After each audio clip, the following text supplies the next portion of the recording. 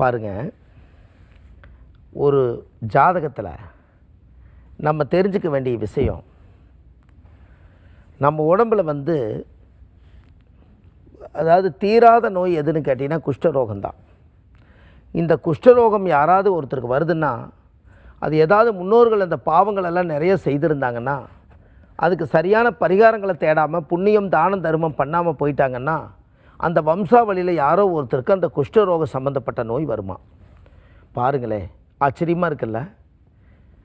அந்த அவ்வளவு பெரிய கொடிய நோய் வர்றதுக்கு இந்த முன்னோர்கள் என்ன பாவம் பண்ணாங்களோ அந்த கர்மாவை இந்த ஜென்மம் எடுத்து அனுபவிக்கிறாங்க. அதுக்காக ஒரு கடவுள்கிட்ட போய் ஒரு மன்னிப்பு கேட்ட மாதிரி ஒரு கோயிலுக்கு போயிட்டு வந்தால் நம்ம அடுத்த தலைமுறைக்கு அது தொடராது. அது நம்ம கண்டிப்பாக செய்யணும் அல்லவா. அப்போது இதுக்கு ஒரு கோவில் அந்த காலத்தில் முன்னோர்கள் வச்சுருக்காங்க. திருவாரூர் நீங்கள் கேள்விப்பட்டிருப்பீங்க. திருவாரூர் தேர். திருவாரூரில் தேரோட்டம்னா ரொம்ப ஃபேமஸான கோயில். அது திருவாரூர்னாலே அந்த ஊர் ரொம்ப பேர். இந்த திருவாரூர் கோயிலில் கோணநேஸ்வரர்னு ஒரு கோவில் இருக்குது. திருவாரூர் மாவட்டம் கோணநேஸ்வர கோயில். இந்த கோவில் என்ன அப்படின்னு கேட்டிங்கன்னா, அந்த குளத்தில் நீராடி சாமியை போய் காலையில் குளத்தில் நீராடிட்டு போய் அந்த சாமியை தரிசனம் பண்ணி சாமி மேலே ஊற்றின தீர்த்தங்கள் பிரசாதங்களை வாங்கி சாப்பிட்டா அந்த குஷ்டரோக நோய் குணமாகுமா. இது பார்த்துங்க, திருவாரூர் மாவட்டத்தில் கோணநேஸ்வர கோவில்னு ஒன்று இருக்குது.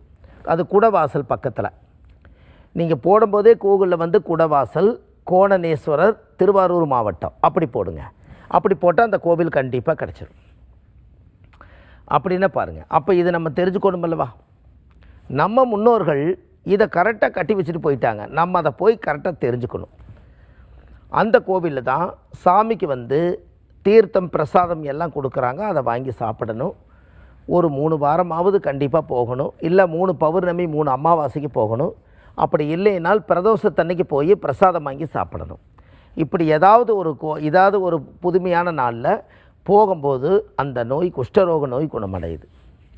அது பெரிய ராஜாவுக்கே ஆதி காலத்தில் குஷ்டரோக நோய் திங்கட்கிழமை அன்னைக்கு அந்த சாமிக்கு பிரசாதம் பண்ணி அந்த பூஜையில் படைச்சு அந்த ராஜாவுக்கே மன்னர்களுக்கே அந்த குஷ்டரோக நோய் குணமானதுனால ஒரு வரலாறு பெற்ற ஸ்தலம் அது.